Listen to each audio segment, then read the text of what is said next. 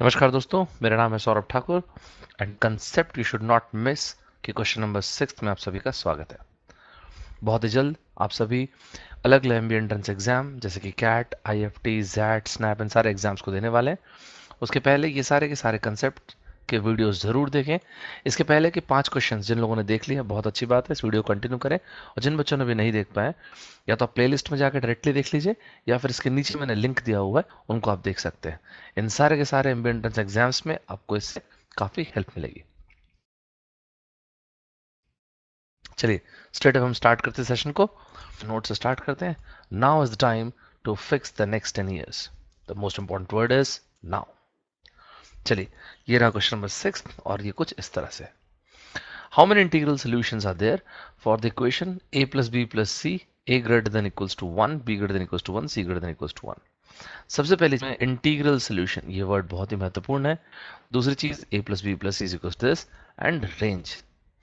इस तरह क्वेश्चन को अप्रोच करने से पहले आप पहले इसका कंसेप्ट समझिए। आपको मैं एक छोटा सा फॉर्मूला देता हूं, इसको ध्यान रखिएगा।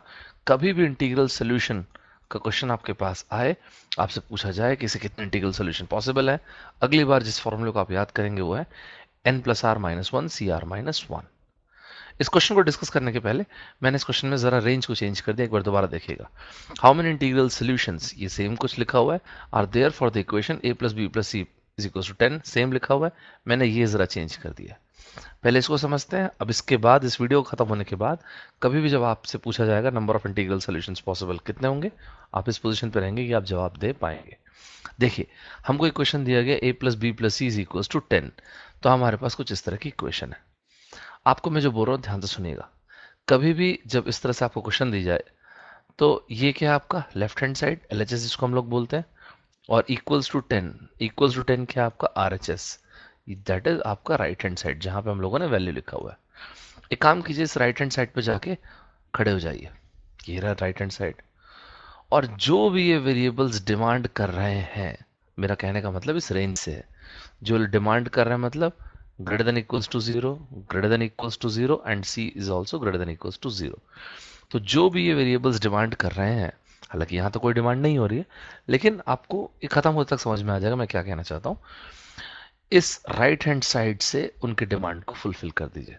तो ये रहे आप बन गए मस्त जॉनी ब्रेवो, और इन सभी लोगों की डिमांड को फुलफिल कर दीजिए।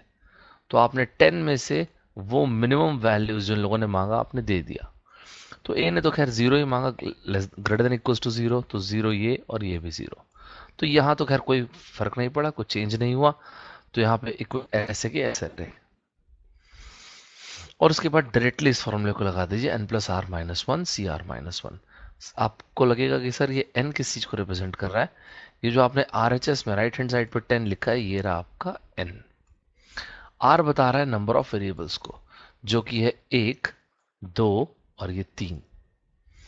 तो इस तरह से हो गया 10 plus 3 minus 1 c 3 minus 1। So 10 plus 3 minus 1 c3 minus 1 is 12c2 मतलब 66। ये बहुत ही फेमस क्वेश्चन है अलग अलग एंट्रेंस एग्जाम्स में, जरूर ध्यान रखिएगा।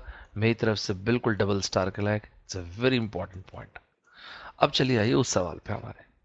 तो हमको जो सवाल दिया गया था वो ये, मैंने आपको बोला कभी भी इस तरह की चीजें दी जाए तो ये जरूर देखिए इंटीग्रल सोल्यूशन, ये रहा इक्वेशन और ये रही रेंज। हमको बोला गया कि a must be greater than equals to 1, b must be greater than equals to 2, c must be greater than equals to 3। मैंने जो आपको बोला था फिर वही बोल रहा हूँ, इस फॉर्मूले को ध्यान रखिएगा कभी भी नंबर ऑफ इंटीग्रल सोल्यूशन के बारे में बोला जाए तो। आपको इक्वेशन दी गई थी a plus B plus C is equal to 10। मैंने बोला मस्त आप जॉनी ब्रेव बन जाइए, राइट हैंड साइड पे चले जाइए और इनकी जो जो डिमांड वो फुलफिल कर दीजिए। जो डिमांड है वो फुलफिल कर दीजिए, इसका मतलब ये है राइट हैंड साइड से वो वैल्यूज इनको दे दीजिए। ए को भी दे दीजिए, बी को भी वैल्यूज दे दीजिए और सी को भी। एक बार अगर हम लोग देखें तो ए की डिमांड है, मिनिमम वैल्यू है 1, बी की मिनिमम जो वैल्यू की रिक्वायरमेंट है वो 2, और सी की मिनिमम वैल्यू की रिक्वायरमेंट है 3। दे दीजिए इनको, इसे दे दीजिए 1, इसे दे दीजिए 2, इसे दे दीजिए 3। तो अब आप खुद बताइए, जब आपने ऐसा किया तो अब ये क्वेश्चन कैसा पैन आउट हुआ। जब आपने इसे दे दिया 1, इसे वैल्यू दे दिया 2 और इसे वैल्यू दे दिया 3, सो हो गया 3 प्लस 2 5 प्लस 1 इज 6। 10 में से जैसे ही आप 6 माइनस करेंगे तो क्या बचेगा 4। देखिए इक्वेशन कुछ ऐसा दिखेगा। अब वापस से लगा दीजिए n plus R minus one C R minus one. n मैंने आपको बताया n प्लस आर। मैंने आपको बोला कभी भी अगर इंटीग्रल सोल्यूशन के बारे में आपसे प्रश्न पूछा जाए तो इस फॉर्मूले को मत भूलिएगा। n plus R minus one C R minus one. यहाँ पे n किस चीज को रिप्रेजेंट कर रहा है? ये रहा आपका 4। r number of variables 1 2 3। तो आप देखिए इक्वेशन कैसे हो गई। ये रहा n विच इज 4 जो कि ये है। Number of variables A B C जो कि ये रहा 3। ये रहा 3। तो 4 प्लस 3 7 माइनस 1 इज 6 62। 62 का मतलब आंसर आ गया आपका 15। देखिए इतना आराम से हमारा आंसर आ चुका नंबर ऑफ इंटीग्रल सॉल्यूशंस का।